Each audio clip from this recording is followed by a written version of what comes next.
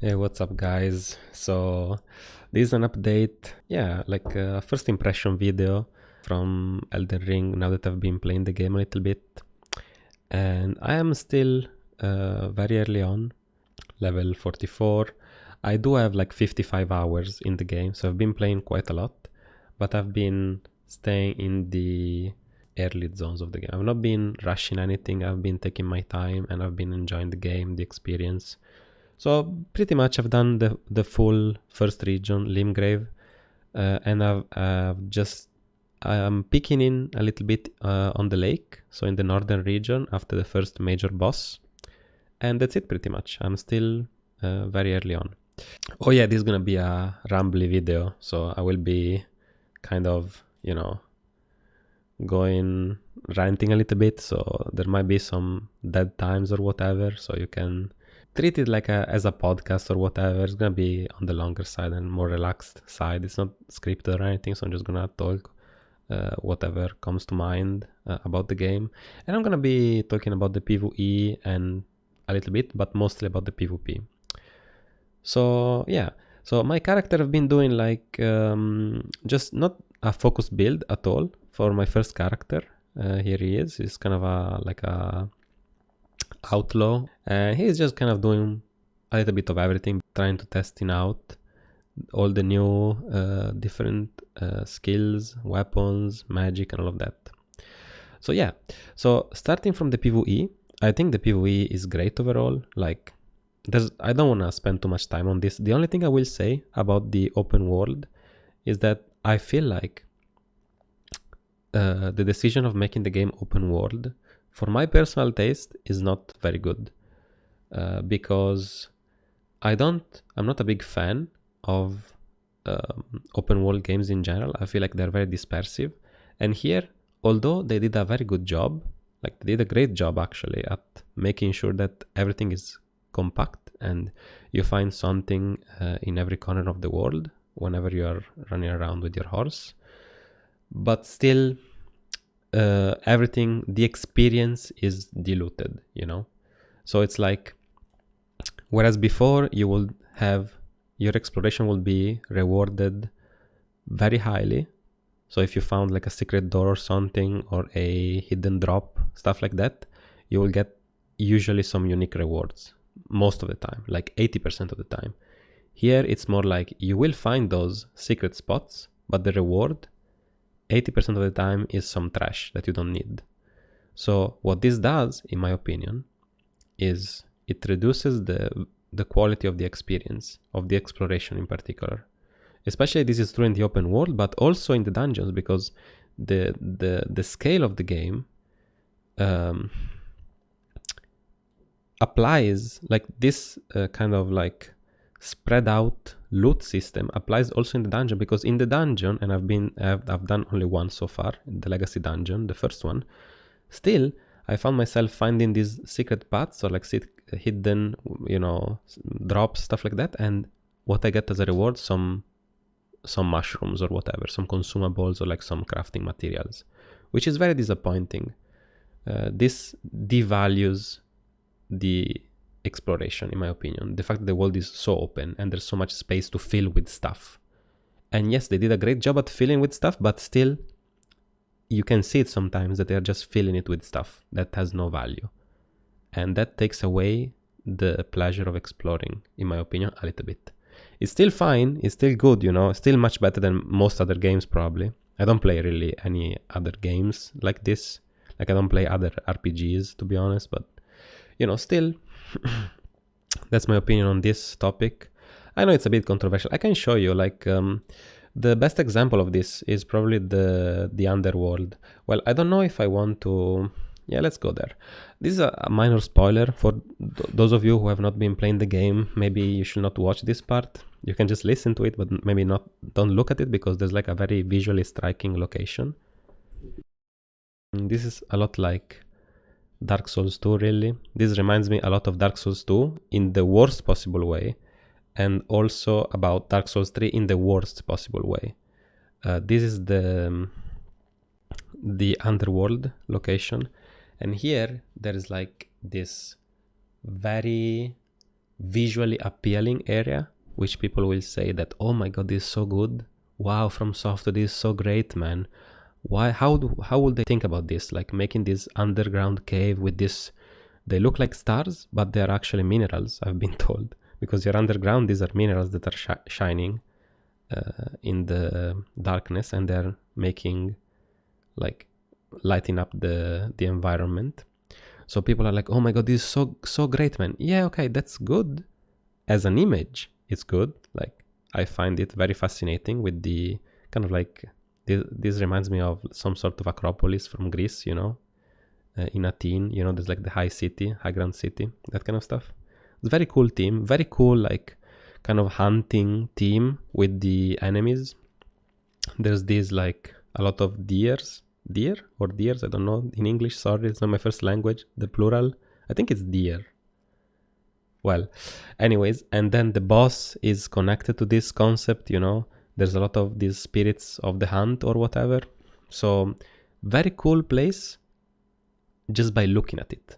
What about gameplay wise though?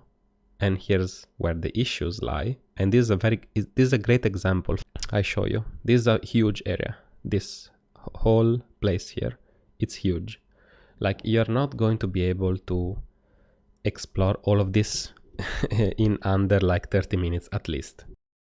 You know, you need a long time, at least 30 minutes, I would say, if not even more. If you want to be fully a completionist and you want to check out everything, you will need maybe an hour. There's a lot of nothing in here.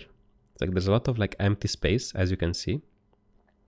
There's a lot of drops that I've already picked up, so you will not see them in the ground now, but there's a lot of drops that are like mushrooms or like, you know, yeah, arrows, consumables, that kind of stuff. Maybe some upgrade materials, which never hurt really, but still.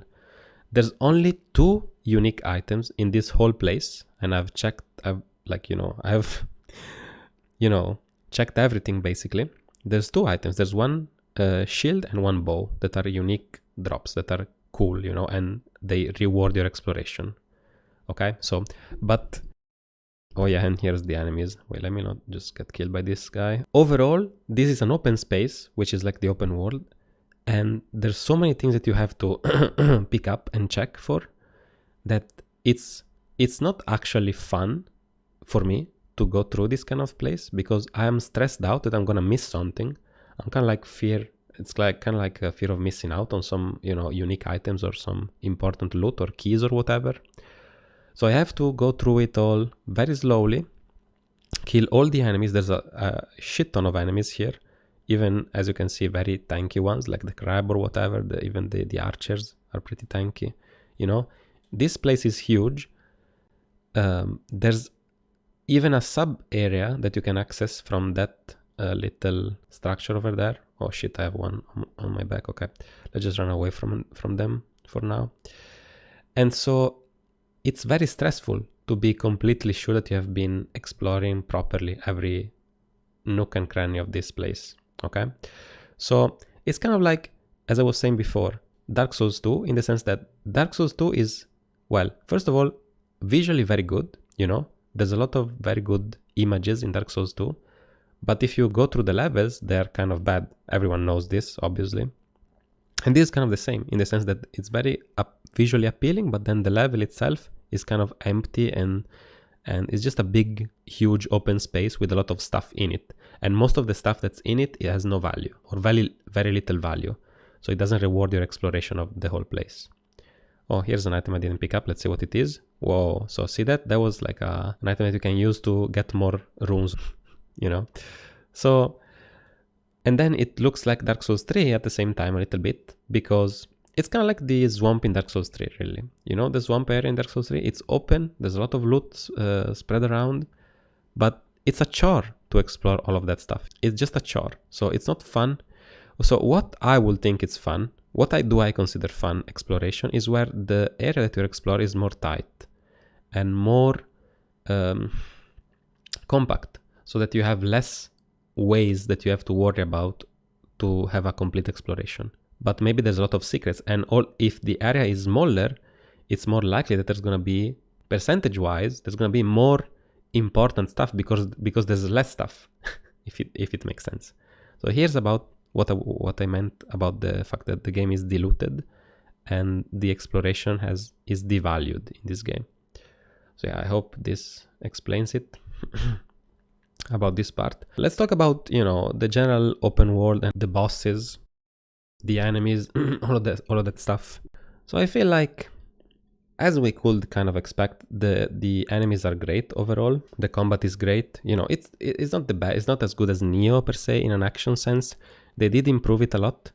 There's a lot of new stuff that they added in. Well, mainly weapon arts are what they should have been in the first place in Dark Souls 3. What they were not in Dark Souls 3, now they are. So they do much more damage than your normal attacks.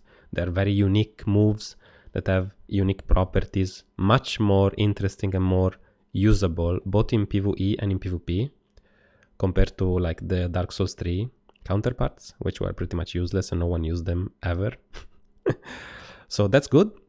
I myself, I have this. I found this like Blood Slash, which does a shit ton of damage to enemies for the katana. The combat is great. The bosses are good, I feel. All the bosses have been a lot of fun for me so far. There has been some on the more complicated side, like learning to fight Margit, the Omen, I think it's called in English, the Fell Omen. He was kind of hard, but rewarding because it rewards me for learning his moveset, and then I can punish him, you know, that kind of stuff. You can also parry him. So all of the smaller bosses that you find in the smaller dungeons, like the mini dungeons that you find spread around the game, are very cool because they're all parryable, and parry is the mechanic here that rewards you for learning the bosses, basically. So like you can learn their moveset, you can parry them, and then they will reuse those bosses. So the fact that you have spent some time learning them, your time will not be wasted because you are going to be able to apply what you know about those bosses when you encounter them again. So this is a good example of reusing bosses in a good way. So there's that. Yeah, I think I'm not gonna drag it on for too long about the PvE. I think overall it's fine, it's good, you know, it's huge, so there's gonna be a lot of stuff to do, and I'm still very early on, so. Okay, so now let's talk about the good stuff though, because so far, yeah, it's kind of fine, everything is good, but let's talk about the PvP, boys. Okay, so the PvP in this game, as expected, follows very closely the steps of Dark Souls 3. So that means invasions are nowhere to be found in the way that they used to be. So there's no one-on-one invasions. There's no not consensual invasion. Is that a word even? Like when I go into your world and you do not consent to it, you know what I mean? The only way you can invade a solo host if he himself is asking for it. So he will use the item that will make him able to be invaded, and then you can invade him as a solo host. So by default, people are not going to get invaded at all. So any like 10 years old kid that goes through the game will never understand how this system works, or they will never experience it unless they go out of their way to find out about it. Which is a shame in my opinion, because the invasion system, I feel like it was because it's not anymore, but it used to be one of the most fun and, you know, overall good mechanics that I've ever tried in any video game, really. And I think it's unique to the Souls series. Even a lot of the Souls clones, like the Souls likes, they do not have this, which I felt like at the time was a core mechanic and a core reason why the game was so good, like being able to invade other people. So nowadays, if you invade, and don't get me started on this, but I finally got the item. It took me a while to find it, but I got the item to get the unlimited invasions. There's a couple of things I want to say about this. So first of all, let's say something positive. So first, they give you some incentive to invade, and which is huge in my opinion.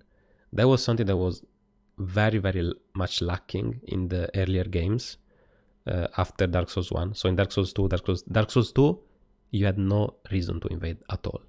Dark Souls 3, same. No reason to invade. There is no gameplay reason to invade. In Elden Ring, but why is that, you might ask? Because you don't get anything from it. You invade someone, okay, you get 200 souls. Oh, that's great. And that's it. Yeah, maybe you get one ember or whatever in Dark Souls 3, but you have infinite of those already. So how it used to be earlier on, like in Demon Souls and Dark Souls 1, you will get a shit ton of souls for killing, especially if you kill the high level host, you will get a lot of souls. You could actually level up your characters all the way to like meta level, like 100, 120, just by invading, without even doing the PvE content. Which for someone like me, who enjoys that part of the game a lot, would be very nice. Just saying, throwing that out there. So what do you get as a reward in Elden Ring is the... in Italian it's called the saetta. So it's like a spark or whatever, like I don't know in English, because I have the game in Italian.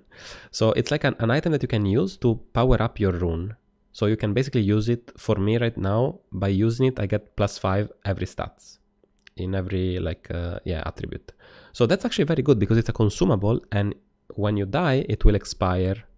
Like its effect will expire. So you do need quite a lot of them because you're gonna die a lot on your first run and in general.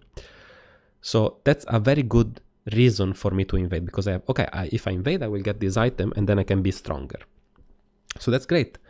But still, it's kind of underwhelming because this item is still better than nothing. And don't get me wrong, this is actually huge, because giving a gameplay reason to invade for people will make people actually want to invade, and it rewards you for killing people, which is so much more rewarding than just killing it just for sport, you know?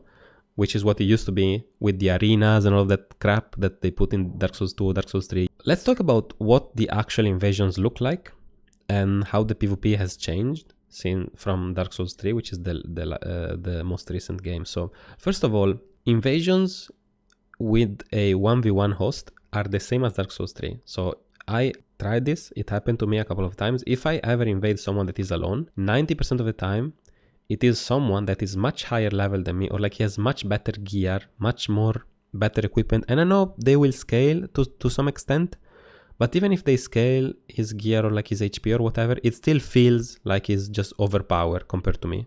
When I invade a solo host, is someone that clearly has farmed the game and is gone back and is purposely getting invaded just to farm the invaders and have a, unfair advantage over the invader as a solo host. That's what happened to me many times when I invaded a solo. I didn't find so many of them, to be honest, but the times I found them, they were clearly overpowered. They're not better players or anything, they're just, their character is overpowered. So it's so much harder for me to actually have a good fight, and enjoy my time as an invader. The other 90% of the time, you will just invade groups. And when you invade groups, oh boy, it's the same shit. It's basically like, and don't get me wrong, groups used to be fine. Like gankers used to actually be fine back in the day, like in Dark Souls 1 days, let's say. Or even, Demon Souls, kind of. But let's talk about Dark Souls 1. If you got gankers as an invader, you found a group of gankers, you still have backstabs. If they're bad players, you can punish them, because if you're, the systems of the game, they don't, you can punish them. So you're not going to lose to noobs. You're going to kill them 3v1 if they're noobs. You just chain backstab them over and over until they learn how to defend from it. And they will never learn, because those people, they don't actually do PvP, they just gank. So when you gank, you don't actually need to learn the game. You're just very sloppy and you mash your weapons because you have 3 ultra great weapons and you don't care because the other guy makes one mistake and he's dead, So, and also the other problem is that every time I invade, I know this because I know the guy has a overlevel, or like his friend is always overleveled, or like he's like someone that he summoned with the password. So since the time they introduced the password matchmaking, that meant that you can summon people that are infinite level above you, and you get them in your world and they get nerfed, kind of. So they get less HP, less damage in percentage. I don't know the exact math about this, but the feel that I get is that they're insanely overpowered compared to me, to the power of my character, and I have like no chance. Because mind you, I'm not like trying super hard, I'm just kind of casually invading, I'm playing my game, I'm invading other people, I'm using a mechanic of the game, I'm not making a build designed to spank ganks, I'm just invading, like a normal person to enjoy the game with other people and invade other people and have fun in multiplayer, okay? Yeah, so this is a big problem, because every time I get this experience when I'm gonna get mashed and I have no chance. I have to be super lame, bait it out, try to, you know, zone them out, you know, hit and run, that kind of stuff, because backstab are non-existent in this game. Parries are kind of not reliable, because if I go for a parry, I will just lose. If I miss, I will just insta-die, so there's no room for mistake in that, so it's kind of very hard. And also, they put a lot of mechanics like the jumping attack, which is not parryable, ultra great weapons which are not parryable anymore. You know, there's a lot of mechanics to deal with the parry, or like to dodge the parry completely. So that's not a reliable way of killing noobs anymore, even though I already know what they're gonna do, but I cannot punish it. You know, I cannot punish with backstabs, I cannot punish with parries most of the time, and I just don't do enough damage overall to kill them, the overleveled phantoms. And sometimes you do get the odd invasion where there's like, you're actually up against some normal people that are just going through the game or whatever, and they have like the same levels as me, and that's a lot of fun. Because to me, that's a lot of fun. That's the feeling of invading, because I'm invading someone that's going through the game, and I just try to kill them, and we go at it, you know, and whoever is the best wins. But when I lose to gankers, or like people that are going to the levels with their over-leveled joy friend, they're not better than me, but they win. And I don't like that, you know? I don't like that feeling where I know that if it was like a 1v1 on fair footing, like I would have the same weapons as them and that kind of stuff, I will 100% win all the time. But since they have this broken mechanics of summoning, I cannot, you know, manage to win. And you can say all you want, oh, you're not good enough. Yeah, sure, I'm not the best. I'm not saying that I'm like a god, you know, PvP, you know, Eye of the Tiger, whatever. I'm almost there, but but like, yeah, of course, you're not gonna win most of the time against that kind of situation, unless, and that is a big unless, you become one of them. So like you make a build that is like soulless, like, you know, that guy Oroboro, that guy makes videos. He makes these builds, and he is someone that was around for a long time. That guy is like, he makes these builds which are like completely noob builds, like full tryhard, ultra damage with buffs, that kind of stuff. And he goes around and he one-shots people. And that, I don't think that is fun. It's not fun for him, and it's definitely not fun for like whoever he is destroying like that. So I do not want to do that. I will kind of do it sometime, but that's not my main way of playing the game. I just kind of want to enjoy the game and take it chill, you know? But that's not possible. It's not possible to have that approach. You have to go full tryhard like that and make a build which is min-maxed. I feel like that's the only way to survive in this environment of this PvP. So yeah, that's my kind of criticism to these systems. Now, let's talk about duels, because invading is one thing, but then there's also duels. So, but the thing is that I want to stress is that for the game to be great and have a lot of longevity, I'm talking about thousands of hours that you can put into a game like this. The game has to be great for yourself, like it has to be great for you. And I'm gonna, like, there's like a guy that I feel like has, probably he was an old school guy, so I don't know if he does videos anymore, but his channel I think is J Blackmail. And that guy, I think this idea, I got it from him, and I think it's like super good and very well put together. Maybe I will link the channel of this guy in the description so you get to see, but I don't know if he posts videos anymore about Elden Ring. The game has to be good for yourself, so for the person that is playing it when you play on your own, and we have this check in Elden Ring for sure. Then the game has to be good in co-op, so when you play with your friends, the game has to be good, and I feel like for the most part you also have this check. Then the game has to be good with the duels, and the duels is a different thing than the invasion. So the 1v1 PvP matchmaking should be good. I'm not saying the arenas, I'm just saying in general, when you summon someone and you fight 1v1, is that good? And I feel like it is good. I will say more about that a little bit later. But then also the invasions have to be good for the game to be long, have a long life span. The invasions, I feel like, not really sure because I'm still in the first impression stage, let's say, but overall they feel like the same garbage that they used to be in Dark Souls 3 for the most part. So if that would be the case, because again, I cannot punish someone that is a worse player than me. Even if there are 3 people, I should be able to win if I'm better. But that is not always the case. And you can say whatever you want, that I'm butthurt or whatever, but you know, I know the truth, what it is, and you can agree or disagree. I don't really care what you think. I'm just putting out my opinion about the topic. Maybe it will resonate with someone, maybe not, but you know, it's all good anyways. You know, I'm not trying to convince anyone that what I'm saying is right. So yeah, so the game has to be good in all of these 4 aspects for the game to have the longevity that I'm hoping it will have, but I'm afraid that the invasions are not up to this. Duels are not enough on their own, because duels will get boring over time. You cannot just duel. You also want to have the variety of the invasions, because the invasions are the real world counterpart of the duels. You duel to just do some sparring with your friends or like with some random people to get better at the mechanics of the game, so that then you can go and invade people and actually win the invasions. You know what I mean? The invasions are the real world. Duels are sparring. Okay? So they can be fun, of course, as well, because it's a more controlled environment. So let's talk about duels. And I've been doing a lot of dueling. I've been enjoying duels much more than invasions. And that's a big tell, by the way, in case you didn't already get it. The same as it was in Dark Souls 3, by the way. Dark Souls 3, I've never really been a big fan of the invasion systems. Always kind of trash, chaotic fights, like 3v2, 3v3, like garbage. Like people would just randomly gank on someone and kill them. Like just complete garbage, in my opinion, compared to what it used to be. I'm always talking about compared to Demon Souls and Dark Souls 1.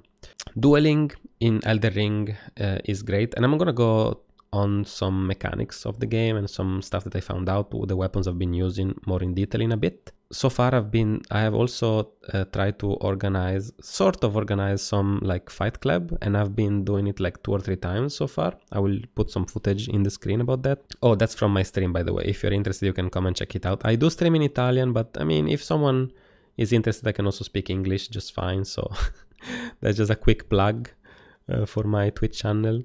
Duels are there's a lot of variety in it. I find that many weapons are actually viable. Many different strategies. Like for instance, I have tried, you know, I have a friend that has tried the dual wielding the whips, you know, and that proved to be quite effective. But then that got countered by me using the shield and S-stock or like, you know, rapier or spear turtle strategy from 2009, you know, and that actually works in this game, surprisingly. And then there's like the classic katana, 2 hands, you know, all of that stuff. So there's a lot of variety. There's like, you know, all the weapon arts are very cool, and it's very hard to see it coming if you don't know what to look for. So there's a lot of new, fresh things, and it's a lot of fun to try out all the different combinations in PvP. So one quick note about spells. I have another friend which plays as a spellcaster, and my fucking god, spells are actually so annoying to deal with, especially like the big AoE spells like Toxic or whatever, like the big AoE flame spells. The AoE is actually insane in this game. So, and also in Invasions I found that a lot of people are spamming spells and it's super annoying. They seem to be more like better than they used to be, spells in general. So there's a lot of spamming going on, and I don't know how I feel about that. My character for the most part is a regular like sword guy, kind of. I will use some spells for support, but mainly I will use melee combat, maybe a bow. So spells are very annoying, but again, they're still very much dodgeable in duels, very easily dodgeable. I feel like there's no spell that there's maybe one spell that has the, like, let me see, I don't have it right now, but it's the kind of like a mix between Pursuer and Dark Bead. If you know what I'm talking about from Dark Souls 1, is like the dark spell that throws like these orbs at you and they're slow moving and they chase you. They have some homing properties. So that spell maybe is kind of good to set up some pressure. You know, there's all kinds of tricks and things you can try to do with this game, I feel. And that's very good, obviously, for the depth and, you know, the exploration of the systems.